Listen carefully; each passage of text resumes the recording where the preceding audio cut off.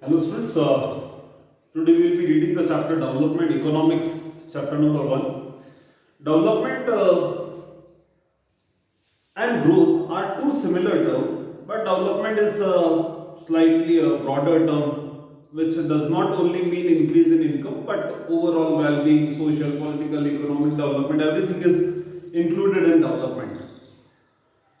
The chapter says that development for one may not be development for other, and there are different like people have different measurement for development.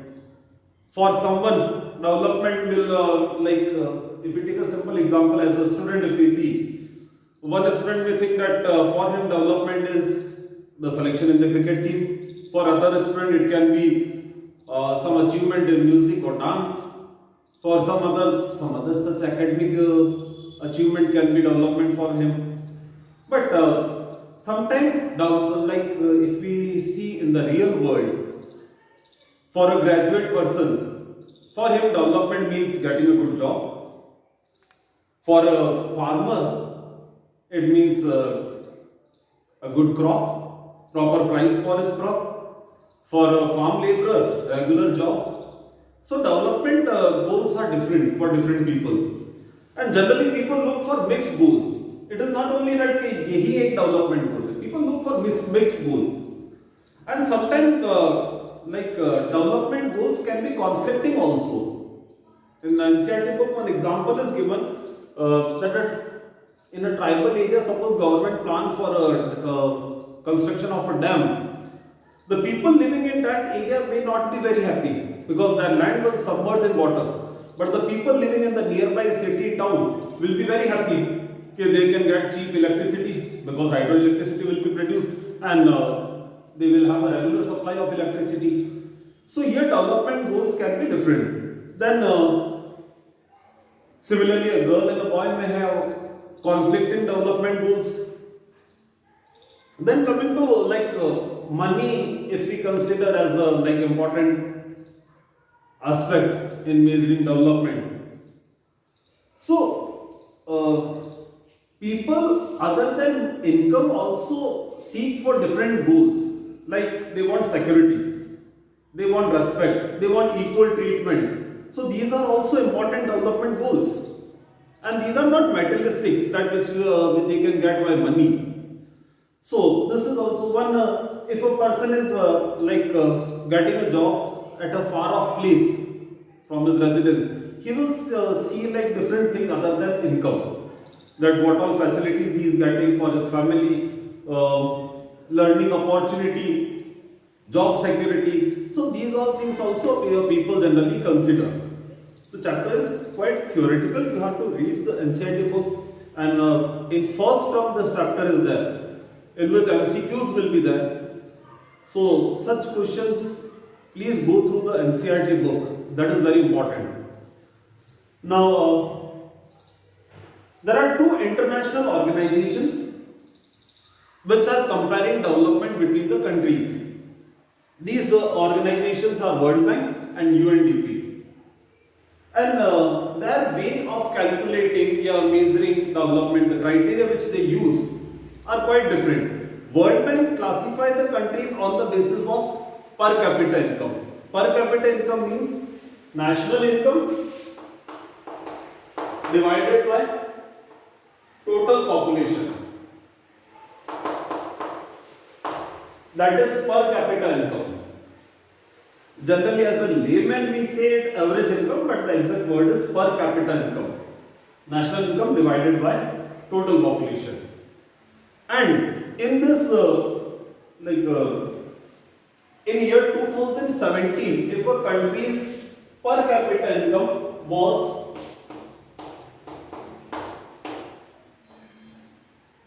US dollar 12,056 and above, it was considered a rich country. Then there was a classification like low income countries, 955 US dollar. That was like a low income country. India's per capita income in 2017, these all are the figures of 2017, was around 1820. I don't know if a new book has come with a new data. I don't know. This is the NCERT book which I am having, and these are the data of 2017. And if there is any change, please let me know. Then there is one more organization, UNDP. It is associated with the United Nations. Its headquarters is in New York. They are working in around 170 or 190 countries. They are working, and they are working on overall development. They do not only consider that per capita income is the basic. They also say that World Bank is making these are rich countries, these are low income countries, and these are middle income countries. In between these two are the middle income countries. India is in middle income. But UNDP, they are saying that only per capita income we cannot calculate.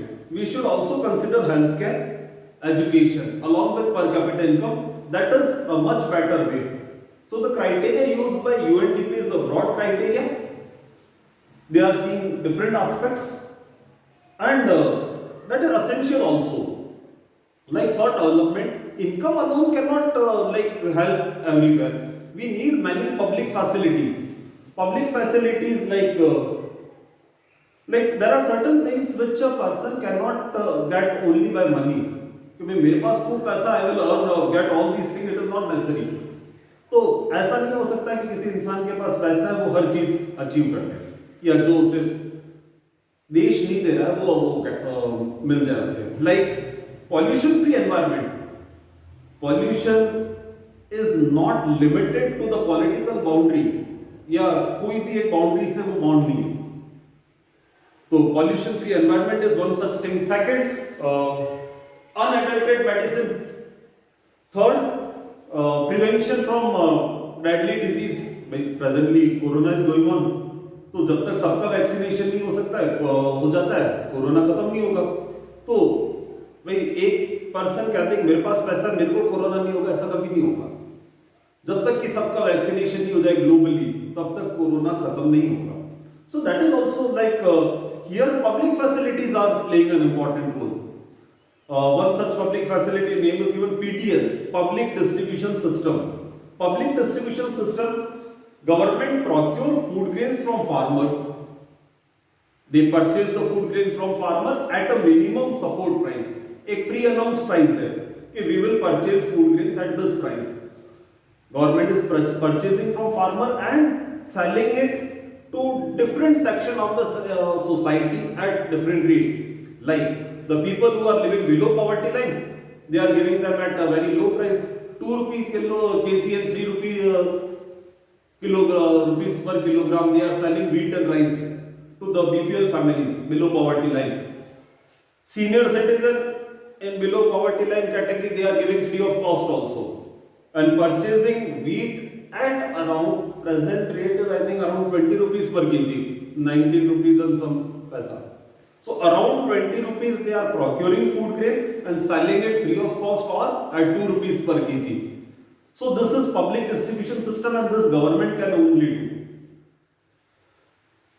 Vaccination. These are some public facilities which are essential.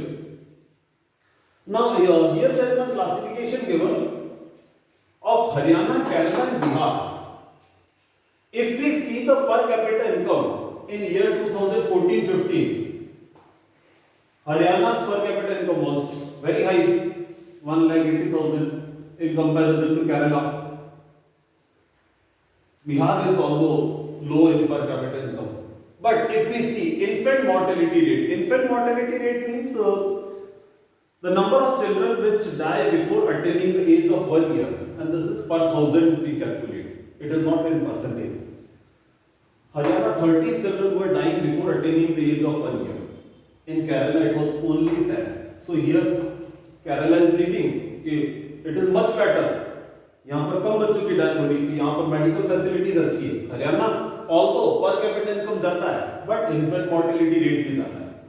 If we see literacy rate, Kerala, Haryana is 82, Kerala it is 94%. Literacy rate, people who are able to read and write with understanding above the age of 7 years. We call it literate. So literacy rate in Kerala is 94. So here also it is better than Haryana. Bihar, it is low. NAC attendance ratio.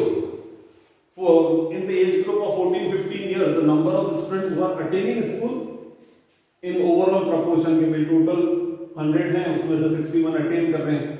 So this is NAC attendance ratio. In Haryana 61, Kerala here 83. So overall the public facilities etc. in Kerala is much better. Although in per capita income Haryana is better, but still it is people in Kerala are getting more public facility. Overall development level, if we see, Kerala is higher. Now, averages sometimes hide disparity. If in book one example is given of country A and B, 500, 500, 500, and then 48,000. Total is 50,000. The second example, 10,000, 11,000, 9,000, again 10,500 or such figure. Here also total is 50,000. In both the cases, average is 10,000. But average is high disparity because it does not show how the income is being divided. Yeah, the things are divided. So that's why per capita income alone cannot determine. Suppose there is one person, there are two people. If we take one example,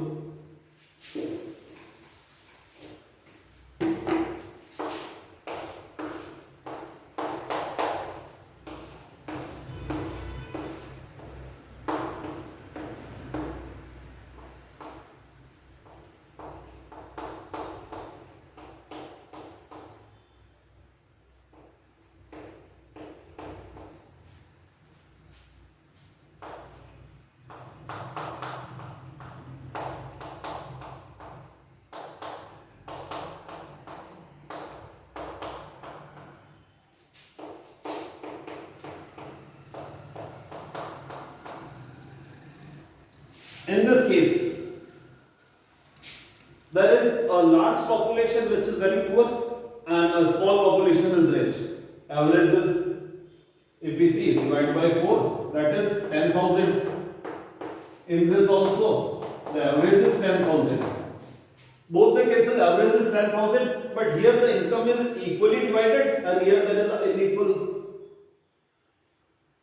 distribution of income. So averages sometimes hide disparity.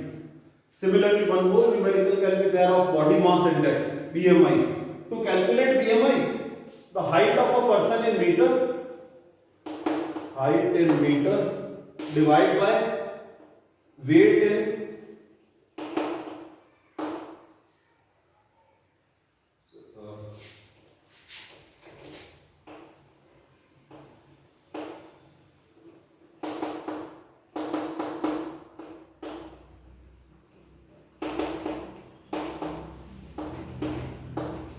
weight of a person in kilogram divided by height in meter, the square of height in meter, that is BMI, body mass index. By this a person, we can just see that whether a person is undernourished or overweight. And then there is one table given at the end of the book by which we can see that whether the person is underweight or overweight. So, and last topic is sustainable development. In geography also we have read sustainable development. Development keeping in mind the need of the future generation and without causing harm to environment. Then there are two examples given like for water and petroleum. Both are limited availability. Fresh water, total water is sufficient available on the earth, but fresh water availability is very limited. It is available only in the rivers, ponds, lakes, underground. Here we are talking about the groundwater. So day by day the groundwater table is decreasing. In many parts of the country, the groundwater has reached to a very level where it is very difficult to again come back to the previous position. So that is one problem regarding groundwater. Second, petroleum. Crude oil is limited availability is there, and we are over exploiting it. Mainly it is available in the Middle East countries, US, some parts of Russia. But we are over exploiting South America, Bolivia, etc. The US and Middle East. We are over exploiting, and in the coming years, there may be chance that there is no crude oil left. So we should take care of that also. And I think the chapter must be clear to you. But for this chapter, please go through the NCERT books. Clear?